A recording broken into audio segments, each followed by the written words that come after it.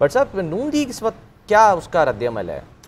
भट्ट साहब का वैसे कोई ताल्लुक है क्या नून लीग से? नहीं, तो खबर है इनके पास, असल में वो मेरे पास ना वो पर्ची आई है, तो भट्ट साहब ने कहा मेरे पास खबर है, वो मैं इसलिए आज तो सारी पर्चियां पढ़े जी भट्ट साहब। देखिए सलमान, बात ये है कि मैं चूंकि रिपोर्टर हूँ और मेरा काम ही ये है खबर तजिया देना, तो काजी साहब सीनियर मोस्ट आदमी हैं, इनका काम है। मैं एन शबाब में सीनियर हो गया हूँ। जी भट्ट साहब खबर दे दो। तो इस सिलसिले में मेरी मुस्लिम लीग नून के एक खास आदमी जो पाकिस्तान में इस वक्त मकीम है, अहम आदमी है, उससे मेरी बात हुई है, तो वो तो कहते हैं हम बहुत खुश हैं। मुस्लिम लीग नून वाले जो इस वक्त बैठे हुए हैं वो हैप्पी हैं। मुस्लिम लीग नून वाले कहते हैं कि हम चाहते थे कि आप मुल्क में इंतखाबात करवाएं, और जितनी सख्तियां 3.5 साल से झेल रही हैं, आप देखें ना, हमजा शहबाज रोजाना कोर्ट में जा रहे हैं, शहबाज शरीफ रोजाना कोर्ट में जा रहे हैं, नैब मरियम नवाज जो है वो नैब की कोर्ट में हिरासत में, तो ये सारे मामला तय करते 3.5 साल हो गए थे। बिल्कुल। तो इस हवाले से तो मुस्लिम लीग नून का जो मेरे दोस्त हैं उनसे मेरी जो बात हुई, तो उन्होंने कहा हम तो हैप्पी हैं, हम पहले ही चाहते थे और हम आज जीत हुई है। तो अचकनों का क्या होगा? देखिए इलेक्शन के बाद उनका ये ख्याल है कि अगर मुल्क में इलेक्शन हो जाएंगे तो इससे उनको ना सिर्फ बेहतरी आएगी, बल्कि उनका ख्याल है कि वो जीत सकते हैं। आप देखें ना, पार्लियामान में या तो फैसला होना चाहिए ना समीना, या तो पार्लियामान है या फिर अवाम है और इलेक्शन है। इलेक्शन के जरिए जो मुंतखब हो, अवाम जिसको वोट डाले वो जीतना चाहिए। तो ये कोई तरीकाकार नहीं है कि हम डंग टपाऊ की पॉलिसी अपनाते हुए कोई बाय फोर्स काम कर लें, तो इसका तरीकाकार ये है। लिहाजा मुस्लिम लीग नून जो है इस वक्त वो हैप्पी है। लेकिन मरियम औरंगजेब साहिबा तो बड़ी गुस्से में दिखाई दे रही थी हमें जब हमने उनको देखा था। बिल्कुल, लेकिन बहरहाल हो सकता है एक डिफरेंस ऑफ ओपिनियन भी हो, और जाहिर है मुख्तलिफ लोग होते हैं और मुख्तलिफ राय हो सकती है। हाँ एग्जैक्टली, या हाथी के दांत दिखाने की और खाने की, और ये भी तो होता है ना। अच्छा काजी साहब, मैं आपसे एक बात बड़ी जोर शोर से जानना चाह रही हूँ, जरा आपने ना तसल्ली से और खुल के जवाब देना है। एक जानिब हमारे जो मुख्तलिफ पॉलिटिकल पार्टीज हैं, सियासतदान हैं, वो ये कहते हैं कि जी इदारे न्यूट्रल रहें, सामने ना आएँ और कोई उनका किरदार नहीं होना चाहिए। बहुत अच्छी बात है, आइन भी यही कहता है, लेकिन हमने इस सारे क्राइसिस में ये भी देख लिया है कि जब इदारे न्यूट्रल हो जाएं तो इनसे अपने मामलात फिर संभलते नहीं हैं।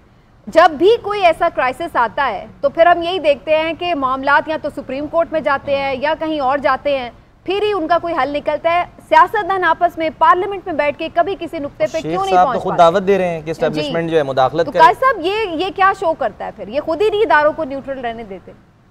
देखें आप, ये बड़ी ना मिसकोटेड लफ्ज़ है न्यूट्रल, बड़ा बदनाम हो गया ये।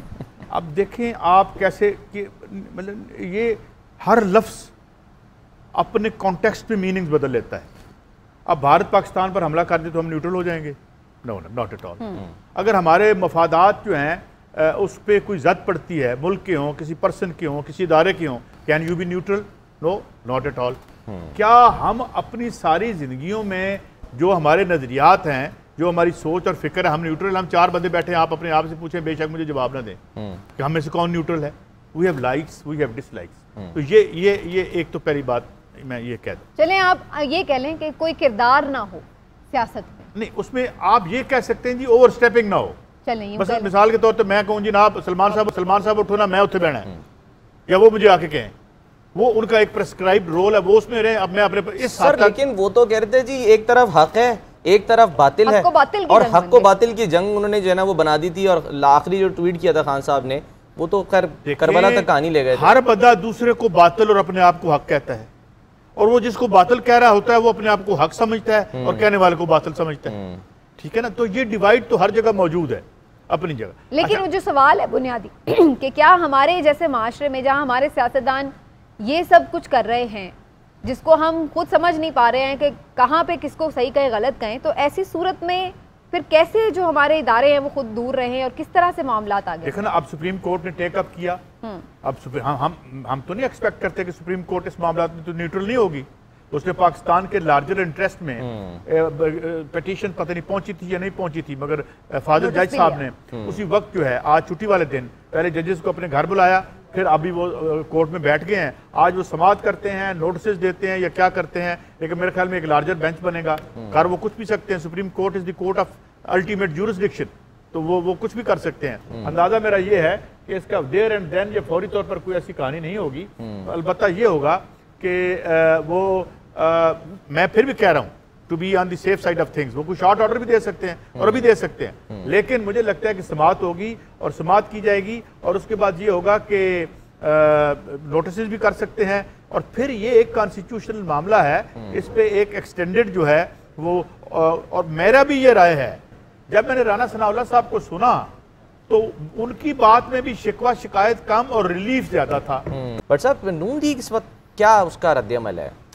भट्ट साहब का वैसे कोई ताल्लुक है क्या नून लीग से? तो खबर है इनके पास, असल में वो मेरे पास ना वो पर्ची आई है, तो भट्ट साहब ने कहा मेरे पास खबर है, वो मैं इसलिए आज तो सारी पर्चियां पढ़े जी भट्ट साहब। देखिए सलमान, बात ये है कि मैं चूंकि रिपोर्टर हूँ और मेरा काम ही ये है खबर देना, तजिया देना, तो काजी साहब सीनियर मोस्ट आदमी है, इनका काम है। मैं एन शबाब में सीनियर हो गया हूँ। जी भट्ट साहब खबर दे दो।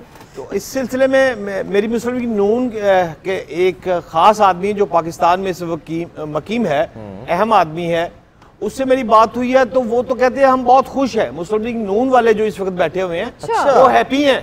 मुस्लिम लीग नून वाले कहते हैं कि हम चाहते थे कि आप मुल्क में इंतखाबात करवाएं और जितनी सख्तियां 3.5 साल से झेल रही हैं, आप देखें ना, हमजा शहबाज रोजाना कोर्ट में जा रहे हैं, शहबाज शरीफ रोजाना कोर्ट में जा रहे हैं, नैब मरियम नवाज जो है वो नैब की कोर्ट में हिरासत में, तो ये सारे मामला तय करते 3.5 साल हो गए थे। बिल्कुल। तो इस हवाले से तो मुस्लिम लीग नून का जो मेरे दोस्त है उनसे मेरी जब बात हुई तो उन्होंने कहा हम तो हैप्पी हैं, हम पहले ही चाहते थे और हम आज जीत हुई है। तो अचकनों का क्या होगा? देखिए इलेक्शन के बाद उनका ये ख्याल है कि अगर मुल्क में इलेक्शन हो जाएंगे तो इससे उनको ना सिर्फ बेहतरी आएगी बल्कि उनका ख्याल है कि वो जीत सकते हैं। अब देखें ना, पार्लिमान में या तो फैसला होना चाहिए ना समीना, या तो पार्लिमान है या फिर अवाम है और इलेक्शन है। इलेक्शन के जरिए जो मुंतखब हो, अवाम जिसको वोट डाले वो जीतना चाहिए। तो ये कोई तरीकाकार नहीं है कि हम डंग टपाओ की पॉलिसी अपनाते हुए कोई बाय फोर्स काम कर लें। तो इसका तरीकाकार ये है, लिहाजा मुस्लिम लीग नून जो है इस वक्त वो हैप्पी है। पीपल्स पार्टी के जो हमारे जराए हैं इस्लामाबाद में, वो वहां पर एक अजीब सी खिचड़ी पकी हुई है पिछले 2-3 रोज से। आसिफ अली जरदारी जो इस वक्त बात कर रहे हैं वो फर्द वाहिद की बात कर रहे हैं। इस वक्त राजा परवेज अशरफ, यूसुफ रजा गिलानी, किसी को ये मालूम नहीं कि क्या फैसले होते जा रहे हैं। इवन के बिलावल साहब तक भी परेशान है, या उनको आसिफ अली जरदारी साहब ने ये बात बताई हुई है, जैसे कि पंजाब में हमजा शहबाज को टिकट दी गई, वफाक में ऊपर शहबाज शरीफ को टिकट दी गई। तो ये जो बाकी मामला थे, हत्ता कि जिस तरह शहबाज शरीफ ने बैठकर अपनी काबीना तश्कील दी और उसमें नाम आ रहे थे, आसिफ अली जरदारी ने अपने प्यारों बंदों से किसी से ये भी बात नहीं की कि आपका वजीर खारजा क्या बिलावल होगा या आपकी शादिया मरी वजीर इत्तलात होगी। तो वो बिल्कुल ब्लाइंड बैठे हुए हैं। तो जो हमारे, मेरी बात समझ रहे होंगे जो पीपल्स पार्टी के करीबी लोग हैं, कि इस वक्त वहां भी सबके जो है ना वो उदास चेहरे हैं थोड़ी सी। आप ये कह रहे हैं भट्ट साहब, अगर माफी अगर मुझे इजाजत दें, कि क्या उनको एतमाद में उन्हें पता ही नहीं था कि ये क्या हो रहा है, या उन्हें पता था?